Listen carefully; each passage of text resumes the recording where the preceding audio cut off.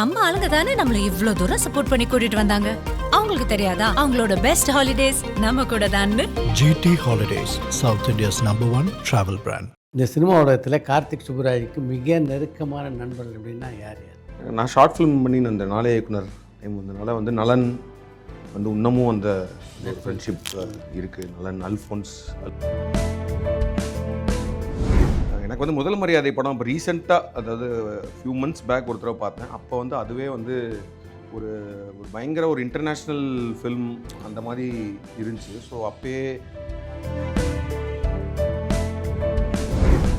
ஜிகர்தண்டா படத்தோட audio லான்ச்சுக்கு Bharathiyar sir வந்திருந்தார், audio லான்ச்சுக்கு. So அவர் வந்து பீட்சா பார்த்துருந்தாரு, அவருக்கு பீட்சா பிடிச்சிருந்துச்சு. அப்போ வந்து ஜிகர்தண்டா ஆடியோ லான்ச்சில் தான் வந்து சொன்னார், உன் மொதல் படமே நான் பார்த்துருக்கேன் அப்படின்னு சொன்னார். எனக்கு அதுவே பிரியனா.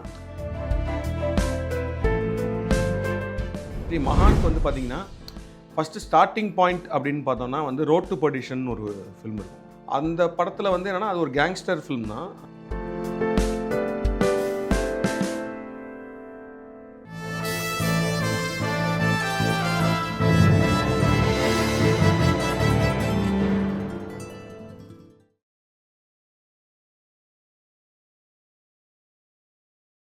வணக்கம். இன்றைய சாட் வித் சித்ரா நிகழ்ச்சியுடைய சிறப்பு விருந்தினர் கார்த்திக் சுப்புராஜ். அவருக்கு வந்து அறிமுகம் தேவையில்லை அப்படின்னு நினைக்கிறேன். இன்றைய நிகழ்ச்சி ஒரு 2 மணி நேரமும் நீங்கள் நினச்சி கூட பார்க்க முடியாத அளவுக்கு ஃபாஸ்ட்டாக போகுதுன்னா அதுக்கு முக்கியமான காரணம் அவர் தன்னுடைய அனுபவங்கள் எல்லாவற்றையும் பகிர்ந்து கொள்ள போவது தான். வணக்கம். வணக்கம் சார். இந்த சினிமா உலகத்தில் கார்த்திக் சுப்புராஜுக்கு மிக நெருக்கமான நண்பர்கள் அப்படின்னா யார் யார்? நான் ஷார்ட் ஃபிலிம் பண்ணி அந்த நாளே இயக்குனர் டைம் வந்ததுனால வந்து நலன் வந்து இன்னமும் அந்த ஒரு ஃப்ரெண்ட்ஷிப் இருக்குது. நலன், அல்ஃபோன்ஸ் புத்திரன், பாபி, இவங்கெல்லாம் வந்து இன்னும் அந்த க்ளோஸ், கருணாகரன், இவங்களாம் சினிமா ஃபீல்டில் நாங்கள் ஷார்ட் ஃபிலிம் பண்ண டைம்லேருந்து இப்போ வரைக்கும் we are in close touch. அது போக அதுக்கப்புறம் நிறையா ஃப்ரெண்ட்ஸ் இருக்காங்க. பட் இவங்க தான் ஆரம்ப காலத்துலேருந்து இன்னும் அந்த ஃப்ரெண்ட்ஷிப் மெயின்டைன் பண்ணிட்டு ஆட்கள்னு சொல்லுவேன். நண்படுத்திருக்காரு, பேசிட்டு வரலாம். உங்கள் படம்லாம் பார்த்துருக்கேன். எனக்கு ஒரு சின்ன கொஸ்டின். மகான் படம் எடுத்திருந்தீங்கல்ல, ஸோ அதில் வந்து நீங்கள் இந்த extremism எடுத்திருந்தீங்க. What reading of Gandhi to you have to choose Gandhi extremism year? ஆமாம், நான் மகான் படம் வந்து ஜென்ரலாகவே வந்து இட்ஸ் அபவுட் ஒரு ஐடியாலஜிக்கல் எக்ஸ்ட்ரீமிசம் அப்படின்றது தான் அந்த படத்தோட ஒரு லைனே. அதாவது வந்து it can be any ideology. It can be related to ஒரு ரிலீஜியஸ் ஐடியாலஜியாக இருக்கலாம், இல்லை ஒரு ரேஷியல் ஒரு ரீஜனல் பேஸ்ட், இல்லை லாங்குவேஜ் பேஸ்ட் ஐடியாலஜி, என்ன வேணால் இருக்கலாம், கேஸ்ட் பேஸ்ட் ஐடியாலஜி என்ன வேணால் இருக்கலாம். பட் ஆனால் எந்த ஒரு ஐடியாலஜியுமே வந்து ஒரு எக்ஸ்ட்ரீமிசம் போகும்போது வாட் இட் டஸ் டு ஒரு பர்சனல் லெவலில் வந்து ஹவு இட் சேஞ்சஸ் லைஃப் அப்படின்றது தான் அந்த படத்தோட ரைட்டிங்குள்ளே இருந்துச்சு.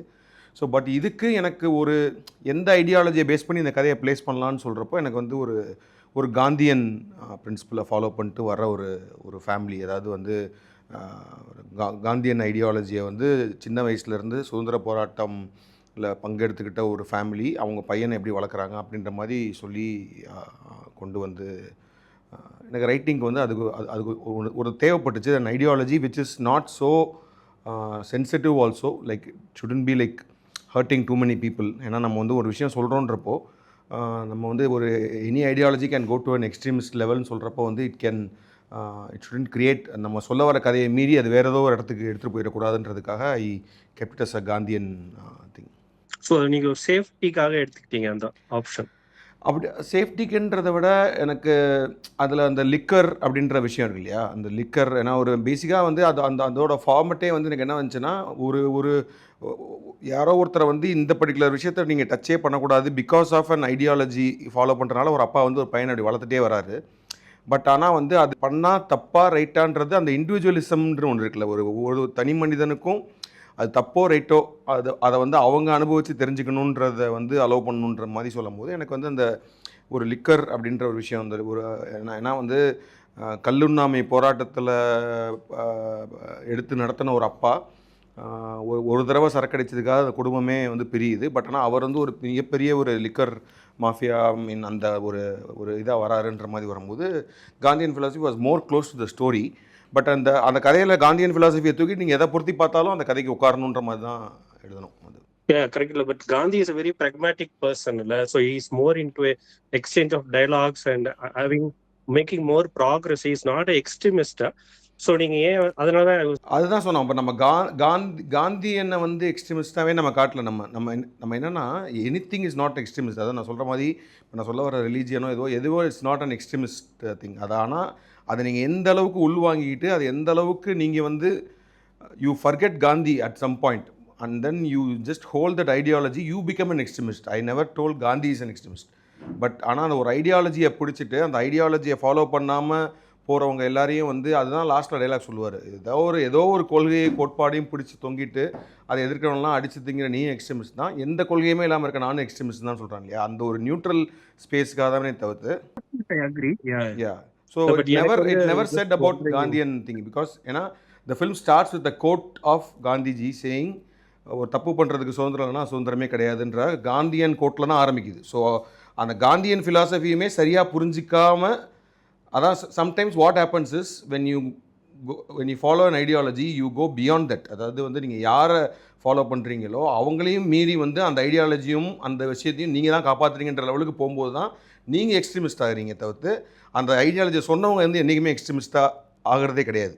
நீங்கள் யார் எடுத்துக்கிட்டாலுமே வந்து அந்த தலைவர்களோட ஐடியாலஜி எடுத்தாலும் அவங்க வந்து எக்ஸ்ட்ரீமிஸ்ட் கிடையாது. பட் ஆனால் அதை நம்ம ஃபாலோ பண்ணிவிட்டு அதுக்காக நாங்கள் வந்து மற்றவங்கள்ட்ட போராடுவோம், இல்லை அந்த ஐடியாலஜி மற்றவங்கள்ட்ட திணிக்கிறதுக்காக எந்த எக்ஸ்ட்ரீம் வேணால் போவோம்னு சொல்கிறப்போ தான் தே பிகம் எக்ஸ்ட்ரீமிஸ்ட். பட் அதுக்கு முன்னாடி ஒரு திரையாக அதை வச்சுக்கிறாங்க. அது வந்து ஸோ அதே மாதிரி தான் அந்த பர்டிகுலர் படத்தில் வர அந்த ஃபேமிலியுமே வந்து காந்தியன் ஃபிலாசபின்றதை வந்து ஒரு திரையாக வச்சுக்கிட்டாங்க. பட் ஆனால் அவங்க காந்தி சொன்னதெல்லாம் எக்ஸாக்டாக ஃபாலோ பண்ணல. அவங்க அதையும் தாண்டி ஒரு எக்ஸ்ட்ரீமிசம் போயிட்டாங்க அந்த அந்த அந்த விஷயத்துக்கு. ஸோ அதை தான் சொல்ல வந்தோம். அண்மையில் பாரதி ராஜா இறந்துட்டாரு. ஸோ அவரோட படத்தில் உங்களுக்கு எது ரொம்ப favourite movie and why? Bharathi Raja வந்து மிகப்பெரிய ஒரு இன்ஸ்பிரேஷன். ரைட் ஃப்ரம் எனக்கு வந்து முதல் மரியாதை படம் இப்போ ரீசெண்டாக, அதாவது ஃபியூ மந்த்ஸ் பேக் ஒரு தடவை பார்த்தேன். அப்போ வந்து அதுவே வந்து ஒரு பயங்கர ஒரு இன்டர்நேஷ்னல் ஃபில்ம் அந்த மாதிரி இருந்துச்சு. ஸோ அப்போயே இப்போ நம்ம பார்க்குற ஏதோ ஒரு இரானியன் ஃபில்மோ அந்த மாதிரி ஒரு நேச்சரில் அந்த மாதிரி ஒரு ரைட்டிங் அந்த மாதிரி ஒரு ஷார்ட்ஸ் அதெல்லாம் வச்சு பண்ணியிருந்தாங்க. And he has also done all genre. அதாவது வந்து அவர் ஒரு பர்டிகுலர் ஜான்ரா மட்டும் அப்படின்ற மாதிரி இல்லாமல் அவர் வந்து சிவப்புரோஜாக்கள் மாதிரி ஒரு பயங்கரமான ஒரு டார்க் த்ரில்லர் எடுத்திருக்காரு. he can go to any extent, but he's an extraordinary filmmaker, an extraordinary writer and visionary, and I think he has paved way for many people, and it's a very, very big loss. வந்து அவர் போனது வந்து it is like something, a big vacuum it has created to the entire I think Indian film industry. It has created a big vacuum. Chitra sir, உங்க program பார்ப்பேன். It's ரொம்ப நல்லா இருக்கும். Like big fan of your questioning style. உங்ககிட்ட ஒரு சின்ன fun question. What is the procedure to give national award to Meena for Rhythm? படம்லாம் பார்த்தெல்லாம் முடிஞ்சு போச்சு. இனிமேல் வாங்கி தர வாய்ப்பு இல்லை. அதனால் திரும்ப ஒரு ரிதம் அப்படின்ற பேரில் மீனா வந்து ஒரு படத்தில் நடித்தாங்கன்னா வாய்ப்பு இருக்கலாம். நீங்கள் மீனாவுடைய பிக் ஃபேனா? இல்லை சார், அந்த படம் பிடிக்கும். லைக் அந்த நன்றி.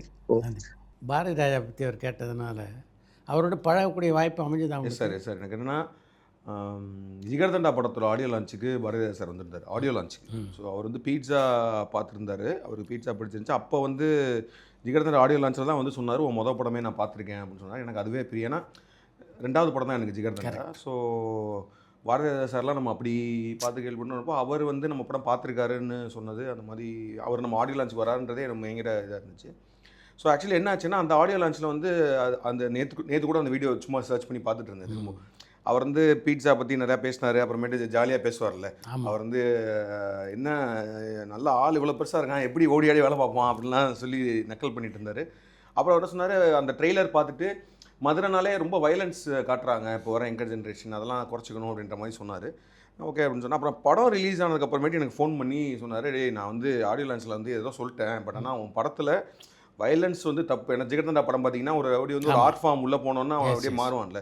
அது ஏதோ ஒன்று பண்ணிட்டேன்னு சொல்லிட்டு கூப்பிட்டு ரொம்ப நேரம் பாராட்டினா. அதுக்கப்புறம் நிறையா தடவை மீட் பண்ணியிருக்கோம். இறைவி பார்த்துட்டுலாம் ரொம்ப எனக்கு ஆக்சுவலி என்னென்னா, நான் என்ன மிஸ் பண்ணுறேன்னா, என்னோடய ஒவ்வொரு படம் முடிஞ்சதுக்கப்புறமா அவர்கிட்ட வந்து ஒரு ஃபோன் வரும். அந்த படத்தை பற்றி அவ்வளோ டீட்டெயில்டாக அவ்வளோ இதுவாக பேசுவார், அண்ட் அவ்வளோ எனர்ஜெட்டிக்காக பேசுவார். அவர் அதே மாதிரி சொல்லுவார், டே உங்களெல்லாம் பீட் பண்ணுற மாதிரி நான் ஒன்று எடுக்க போகிறேன்டா அப்படின்ற மாதிரி சொல்லுவார். சார் நீங்கள் அதெல்லாம் எப்போயோ எடுத்துட்டீங்க சார் அப்படின்ற மாதிரி இருந்தாலும் அதெல்லாம் இல்லை, இப்போ நான் ஒன்று எடுப்பேன் அப்படின்ற மாதிரி சொன்னார். அப்புறம் அண்ட் அவர் நிறையா பெர்ஃபார்மன்ஸ் நடிக்க ஆரம்பித்ததுக்கப்புறம் நான் வந்து அவரோட படங்கள் பெர்ஃபார்மன்ஸ்லாம் பண்ணி கால் பண்ணி பேசுவேன், சூப்பராக நடிச்சிருந்தீங்க சார்னு சொன்னார்.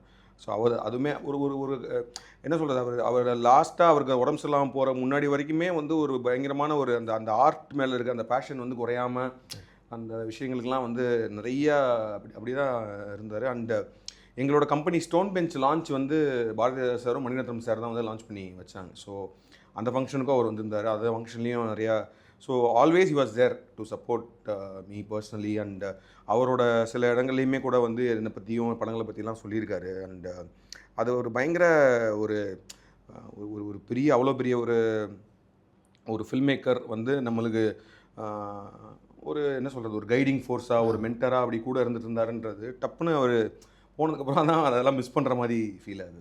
எல்லா யங்ஸ்டர்ஸ்டையும் எல்லா கதையும் சொல்லுவார். ஆமாம் ஆமாம் ஆமாம். அவருடைய ஜேர்னி இருக்குல்ல, ஃபுல் ஜேர்னி அப்படியே. அவர் அப்புறம் ஒரு படம் ஒன்று எடுத்திருந்தார், அவர் ஹீரோவாக நடிச்சு அவரே டைரக்ட் பண்ணி ஒரு படம். அவரோட வீடு ஆஃபீஸ் கம் இன்ஸ்டியூட் மாதிரி வச்சுருந்தாரு. ஆமாம், அங்கே ஒரு ஸ்க்ரீனிங்க்கெலாம் கூப்பிட்டுருந்தாரு. அதை பார்த்துட்டு அவ்வளோ இதாக வந்து ஃபீட்பேக் சொல்லுறா ஃபீட்பேக் சொல்கிறா எனக்கு அப்படின்னா. சார் நான் எப்படி சார் சொல்ல முடியும் ஃபீட்பேக், அதெல்லாம் இல்லை, சொல்லி என்ன பிரச்சனை, எந்தெந்த சீன் ஒர்க் ஆகலை அப்படின்ற மாதிரி சொன்னார். அப்புறம் நானும் சொன்னதெல்லாம் வந்து அப்படின்னு அதெல்லாம் நோட் டவுன் பண்ணிவிட்டு அதை எடிட்டில் மாற்றுறேன்னுலாம் சொல்லிவிட்டு அதெல்லாம் பார்க்கும்போதெல்லாம் very very inspiring person. And is like very ஒரு pure artist. I mean till is last breath he was breathing cinema அப்படின்ற மாதிரி தான் இருந்துச்சு. நண்பர். Hi, Karthik. Hi. This is Sundar from Atlanta. I've been following you for a very long time. எப்படின்னா since Sunday அப்போ இந்தியாவில் இருக்கும்போது நாளை இயக்குனர் பார்ட் 1 9:30 நினைக்கிறேன், கலைஞர் டிவியில் 9:30 or something மார்னிங் ஸ்லாட்டில் இருக்கும். ஒரு படம் உடம்பு பார்ப்பேன். நாட் ஜஸ்ட் யூ அண்ட் நலன், திங்க் இவர் மோகன், பாலாஜி மோகன் அண்ட் அல்ஃபோன்ஸ் கூட 2. ஸோ அந்த ஒன் ஆஃப் தி பெஸ்ட் அந்த சீசன். ஐ திங்க் உங்களுக்கு தான் first season season 1 is the best one. நான் ஒரு படம் கூட, அதுவும் துருலாம் வந்துட்டு எக்ஸ்ட்ராடினரியா இருக்கும். விஜய் சேதுபதி அந்த துருன்னு ஒரு ஷார்ட் ஃபிலிம் அப்போலேருந்து. ஐ மீன் என்ன சொல்ல வரேன்னா, I mean I been following very long. So I watch மகான் வந்துட்டு for me it's connected with breaking bad. I don't know, உங்களுக்கு மேபி இன்ஸ்பிரேஷனா கூட இருந்திருக்கலாம். பட் அந்த கேரக்டரைசேஷன், அந்த எக்ஸ்ட்ரீமிஸ்ட், அதே 40 years ஆஃப் ஏஜ்ல அவர் லைஃப்ல ஒரு சேஞ்ச், இவர்ல சேஞ்ச், அங்க ட்ரக், பட் இங்க வந்துட்டு ஆல்கஹால், குடும்பத்தை விட்டு புரிஞ்சிருவாரு. Is became a don, but he became an entrepreneur. ஒரு எப்படி எந்த லெவல்ல பிகம்ஸ் ஒரு கேரக்டரைசேஷன் இருக்கும். அண்ட் தென் ஃபேமிலி, பையன் எல்லாம் புரிஞ்சு கிட்டத்தட்ட மகானோட எனக்கு பிரேக்கிங் பேட் ஒரு இன்ஸ்பிரேஷன் எனக்கு தோணுச்சு. பட் இன்ஃபேக்ட் நீங்க என்ன சொன்னா நம்ப மாட்டீங்க, நேத்து நாங்க இதை பத்தி எங்க ஆபீஸ்ல டிஸ்கஸ் பண்ணோம், மகான் அண்ட் பிரேக்கிங் பேட். என் ஆபீஸ்ல வந்துட்டு என் ஃப்ரெண்டு இல்லை கொலீக் சொன்னார், இல்ல அது சம்பந்தமே இல்லைன்னாரு. இல்ல ஐ மீன் நான் சொல்ல அது காப்பி கிடையாது, பட் இன்ஸ்பயர் ஒரு சில கேரக்டரைசேஷன் இன்ஸ்பயர் இருக்குமோன்னு நான் நேத்து டிஸ்கஸ் பண்ணோம். பட் லக்கிலி இன்னைக்கு நீங்க லைன் வந்தீங்க, ஸோ உங்ககிட்ட கேட்கலாம்னா இஃப் யூ டோன்ட் மைண்ட். நீங்க ஒவ்வொரு படத்துக்கும் நம்மளுக்கு ஏதோ நிறைய படங்கள்லேருந்து அதாவது அந்த ஒரு சில படங்கள் நம்மளை ரொம்ப பாதிச்சிட ரொம்ப பிடிச்ச படங்களோட ஒரு இன்ஸ்பிரேஷன் சப்கான்ஷியஸாக வரும். ஆக்சுவலி மகானுக்கு வந்து பார்த்தீங்கன்னா ஃபஸ்ட்டு ஸ்டார்டிங் பாயிண்ட் அப்படின்னு பார்த்தோம்னா வந்து ரோட் டு பர்டிஷன் ஒரு ஃபில்ம் இருக்கும். ரோட் டு பர்டிஷன் பார்த்துருக்கீங்களான்னு தெரில. ரோட் டு பர்டிஷன் ஒரு ஃபில்ம் இருக்கும். அந்த படத்தில் வந்து என்னென்னா அது ஒரு கேங்ஸ்டர் ஃபில்ம் தான். அந்த கேங்ஸ்டர் இதில் வந்து டாம் ஹாங்க்ஸ் நடிச்சிருப்பார். டாம் ஹாங்க்ஸ் வந்து ஒரு பர்டிகுலர் கேங்கில் ஒரு he'll be like right hand man to a particular gang. So அவர் அந்த கேங்க்கும் அந்த பையன் என்னன்னா அவரோட பையன் ஒருத்தர் இருப்பான். அந்த பையன் வந்து இவங்க பண்ணுற ஒரு கொலையை ஏதோ ஒன்று பார்த்துருவான். ஸோ அப்போ வந்து என்ன ஆகும்னா அந்த கேங்க்கு வந்து வேறு வழி இல்லை, அந்த பையனை வந்து அவங்க கொண்டாகணுன்ற மாதிரி சுச்சுவேஷன் வர்றப்போ he goes against the whole gang for his son அப்படின்ற மாதிரி ஒன்று இருக்கும். அதுதான் ஆக்சுவலி மகானோட ஸ்டார்டிங் பாயிண்ட்னு வச்சுக்கோங்களேன். மகானில் வந்து பார்த்திங்கன்னா ஒரு அப்பா, ஒரு கேங்கில் இருக்க ஒரு அப்பா, ஆனால் அவன் பையன் ஏதோ ஒன்று பண்ணிடுவான். பட் அந்த பையனை காப்பாற்றுறதுக்காக அந்த மொத்த கேங்க்கு அகெயின்ஸ்டாக போகிறாரு அப்படின்றது இனிஷியலாக வெரி வெரி என்ன சொல்கிறது ஸ்டார்டிங் தாட்டில் வந்து இப்படி ஒரு அப்பா பையன் ஸ்டோரின்ற மாதிரி எனக்கு தோணுச்சு. அவ்வளோதான், அந்த லெவலில் தான் ரோட் டு பர்டிஷன்லேருந்து ஒரு sort of it inspired me. And then Wolf of Wall Street படம் மாதிரி ஒரு சம்மன் லைக் இன் அ பிஸ்னஸ், அதாவது ஒரு பிஸ்னஸில் ஒருத்தனுக்கு திடீர்னு வந்து பணமும் இதுவும் வந்து வர்றப்போ அவன் எந்த அளவுக்கு ஒரு ஆட்டம் ஆடுவான், எந்த அளவுக்கு அவன் போவான் அப்படின்றதும், அதனாலேயே அவனுக்கு வர டவுன்ஃபால் அப்படின்ற விஷயமும் உல்ஃப் ஆஃப் வால் ஸ்ட்ரீட்டில். அண்ட் ஆப்வியஸ்லி பிரேக்கிங் பேடோட விஷயமும். பிரேக்கிங் பேடில் வந்து அவன் லைஃபோட ஒரு எக்ஸ்ட்ரீம், அதாவது அவனுக்கு இனிமேல் லைஃபே இல்லை, he has a terminal illness, அவன் சீக்கிரமே செத்துருவான்றப்போ நம்ம இது வரைக்கும் வாழவே இல்லையே, வாழுவோன்னு சொல்லிட்டு வந்து அதை அவனுக்குனே வச்சிருந்த சில ரூல்ஸ்லாம் பிரேக் பண்ணி ஒன்று இறங்கும் போது ஹி கோஸ் டு ஒன் எக்ஸ்ட்ரீமில். இது எல்லாமே கலந்து எல்லாமே உள்ளே இருந்துச்சு பேக் ஆஃப் த மைண்டில். அப்படி வரும்போது அதே மாதிரி இங்கே நம்ம ஊரில், நம்ம இதுக்கு முந்தின காலர்கிட்ட சொன்ன மாதிரி நம்ம ஊரில் வந்து எனி ஐடியாலஜியை வச்சுட்டு இருக்கும்போது அந்த ஒரு ஐடியாலஜியை ஹோல்ட் பண்ணுறதுன்றது ஒரு பாயிண்டில் அவங்களுக்கே தெரியாமல் ஒரு எக்ஸ்ட்ரீமிசம் போய் அது எல்லாரையுமே இது பண்ணுற மாதிரி வந்துச்சு இல்லையா. ஸோ அதை வச்சு இது எல்லாமே வந்து இந்த கதையில் எனக்கு அலைன் ஆச்சு ஒரு ஃபாதர் சன் ஸ்டோரிக்குள்ளே. அப்படி தான் மகான் உருவாச்சு. ப்ராபப்ளி அது வந்துட்டு ஒரு ஃபியூச்சர் ஃபிலிம்னால உங்களால மொத்த ஐடியாஸும் வித்தின் டைம் டூரேஷன்ல கொடுக்க முடியாம, in case if you plan for any web series அது இன்னும் கொஞ்சம் ரீச் அவுட் ஆயிருக்குமோன்னு என்னோட பர்சனல் ஒப்பீனியன். ஒருவேளை சீரிஸா வந்திருந்தா மெயினா இருந்திருக்கும். ஏன்னா என்ன ஆச்சுன்னா, இப்போ மகான் ஸ்க்ரீன் பிளே எழுதினப்போ ஃபர்ஸ்ட் ஆஃப், அதாவது மிட் பாயிண்ட், இன்டர்வல் பாயிண்ட்ன்றது வந்து துருவோட என்ட்ரி தான் இன்டர்வல் பாயிண்ட் அப்படின்றது ஸ்க்ரீன் பிளேலே இருந்துச்சு. ஐ மீன் ஏன்னா that can be the interval point. அதுக்கப்புறம் இன்டர்வல் பாயிண்ட் வந்து வைக்க முடியாது. பட் ஆனால் அதுக்கு முன்னாடி அவரோட entire journey from his 40th birthday till his 60th birthday வரைக்கும் அந்த என்டையர் ஜேர்னியை வந்து அது ஃபஸ்ட் ஆஃப்லேயே காட்டணுன்றப்போ we shot lot of things. But ஆனால் வந்து எனக்கு மகானோட டப்பிங் கட்டே வந்து கிட்டத்தட்ட 4 hours அந்த மாதிரி வந்துச்சு. 4 hours ஒரு 1 hours டப்பிங் கட் வந்துச்சு. அப்புறம் அதை டப் பண்ணி முடிச்சுட்டு தான் அப்புறம் வி தாட் ஓகே. ஸோ அதனால் ஏன்னா ஃபஸ்ட் ஆஃப் முடிஞ்சதுக்கப்புறம் ஒன்ஸ் த்ரூ அந்த சன் என்டர் ஆனதுக்கப்புறமேட்டு it becomes more of a drama between father and son. But அதுக்கு முன்னாடி தான் வந்து அந்த ஃப்ரெண்ட்ஷிப்பு, அந்த அவங்களோட அந்த எம்பையர், தேர் பில்டிங் அண்ட் ஒரு எம்பையர் பில்ட் பண்ணுறாங்க. அப்போ அவர் வந்து எப்படி கேரக்டராக சேஞ்ச் ஆகுறாரு, அவர் எப்படி அடிதடிக்குள்ளே வராரு, எப்படி வந்து அவர் வந்து பணத்தை எப்படி is taking every thing to extreme அப்படின்றதெல்லாம் வருதுல்ல. ஸோ அதனால் அது வந்து ஒரு ஃபிலிமுக்கு கட் பண்ணோம். பட் ஆனால் இது வந்து தேட்ரிக்கல் கேம் பண்ணி எடுக்கப்பட்டது. அதனால லாஸ்ட் மூமெண்ட்டில் அது ஓடிடி வந்துருச்சு. ஃபஸ்ட்டே சொல்லியிருந்தாருன்னா நான் அதை சீரியஸாகவே பண்ணியிருப்பேன். ஃபஸ்ட்டே ஓடிடி தான் வரப்போகுதுன்னு சொல்லியிருந்தேன், அதை வந்து ஒரு சீரியஸாகவே கட் பண்ணி கொடுத்துருக்கலாம். பட் ஆனால் அது லாஸ்ட் மினிட்ல எங்களையும் மீறி அது ஓடிடிக்கு வந்துச்சு. அதனால் பட் ஆனால் it definitely it's a good content for a series. That's true. Yeah, even I feel that. And தெரிஞ்சது அந்த கட்ஸ் ரொம்ப இங்க அகாமடேட் பண்றது கஷ்டப்பட்ட மாதிரி எனக்கு. ஆமாம், நிறைய இருந்துச்சு. அதில் அவருக்கு ஒரு லவ் ஆங்கிள் ஒன்று இருக்கும். அதெல்லாம் ஆக்சுவலி ரிலேட்டட் சீன் தான் விட்டோம். பாபியோட கேரக்டரைசேஷன் இருக்கும், பாபியோட நிறைய ஃபீல் பண்ணேன். ஒருவேளை அப்படி அதான் தோணுச்சு, ஒருவேளை இந்த மாதிரி நிறைய சீரீஸ்க்கா பிளான் பண்ணி ஒருவேளை ஃபியூச்சர் ஃபிலிம் மேபி மாறிடுச்சான்னு டவுட்டா இருந்தது. So thanks for again giving this clarification. And அந்த பர்சனல் கொஸ்டின் கேட்டிருந்தேன். எனக்கு இந்த பேட்டை படத்துல பாபியோட அம்மா வந்து உங்களுடைய ரிலேட்டிவா? அவங்க படத்துல பாபி அப்படியா? எனக்கு தோணுச்சு. எனக்கு அவங்க இதுல கூட நடிச்சிருந்தாங்க, நிறைய படத்துல நடிக்கிறாங்க. இப்போ அந்த குட் நைட்ல கூட மணிகண்டன். எனக்கு ஏதோ தோணுச்சு ஒரு உங்க ஃபேமிலி, ஏன்னா மேபி உங்க அப்பாவோட சாயில் கொஞ்சம் இருந்தது ப்ராப்ளி. எங்க அப்பாவுக்கு வந்து அவங்க வந்து மாமா பொண்ணு மாதிரி, எங்க அப்பாவோட அங்கிள் டாட்டர் அவங்க. Okay okay okay. யா சரி, உங்க வைஃபும் நடிக்கிறாங்க, சின்ன சின்ன கேரக்டர் உங்க வைஃபும் பண்றாங்க. உங்க அப்பா வைஃப் வந்து சும்மா அம்மா அது என்னோட ஒரு விஷயம். தலைவருக்கு ஆஃபர் லெட்டர் கொடுப்பாரு. அவங்க ஸோ ஃபேமிலியே நடிக்க வந்துட்டாங்க. Nice, happy to see.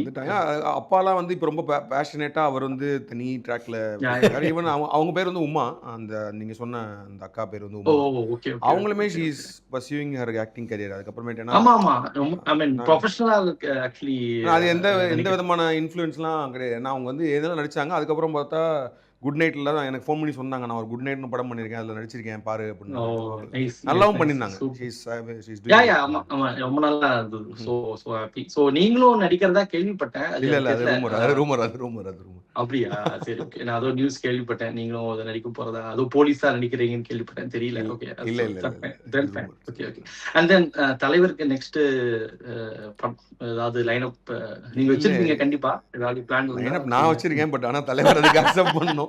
அது I don't see because I think இப்போ தலைவர் அடுத்த 173 then Kamal sir release or film. So அதுக்கப்புறம் I don't know after that அதாவது magic even I'm hoping for that.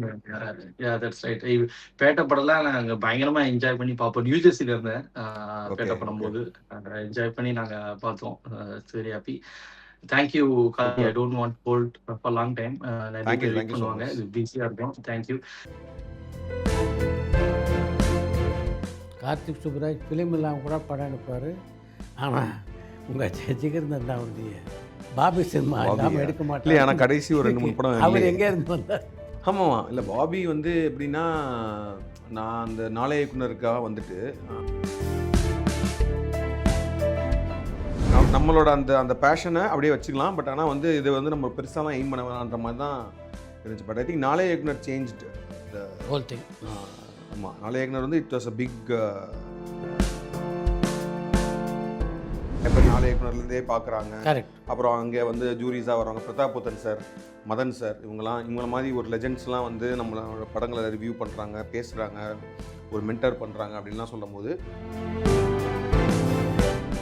அட்டகத்தியோட ட்ரெய்லரோ ஏதோ ஒரு ஃபஸ்ட் சிங்கிளோ ஏதோ ஒன்று பார்த்தப்போ அப்போ வந்து ஃபேஸ்புக்னு நினைக்கிறேன், ஃபேஸ்புக் சேட்டில் அவர்கிட்ட நான் கேட்டேன் என்கிட்டையும் சார்னா அவர் வந்து என்னோட நாளைய இயக்குனர் ஷார்ட் ஃபிலிம் பார்த்துருப்பார் போல், வர சொன்னார்.